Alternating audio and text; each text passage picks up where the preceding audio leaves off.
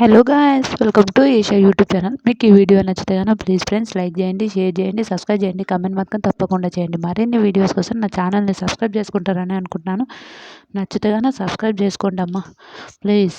అల్లారిక్ ఇమాన్యుయల్ అన్నదమ్ములు ఇద్దరు కలిసిండ్రు.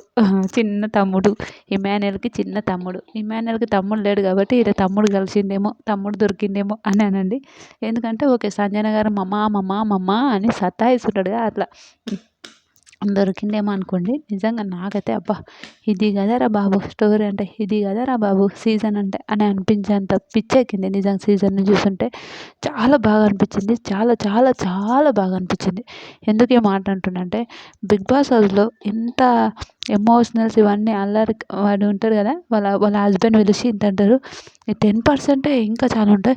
10%కి ఇల్లుని అంతా అతల కుతలం చేస్తుండు. మా అమ్మ ఇంకా ఇంత ఉంటే ఇంకా అయిపోయి ఇల్లు అంతా పోతుంది అని అంటది.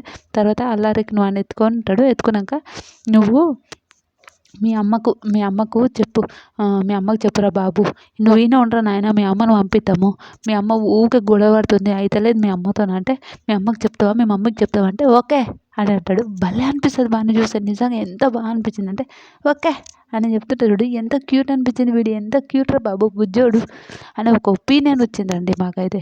నిజంగా చాలా మంచిగా. మా మమ్మీ ఏడుందంటే ఆడ పోయి చూపిస్తే భరణి గారు ఎత్తుకొని వాళ్ళ మమ్మీకి కిస్ ఇప్పిస్తాడు. తర్వాత భరణి గారు కిస్ ఇస్తారు, ఇమాన్యుయల్ కిస్ ఇస్తాడు.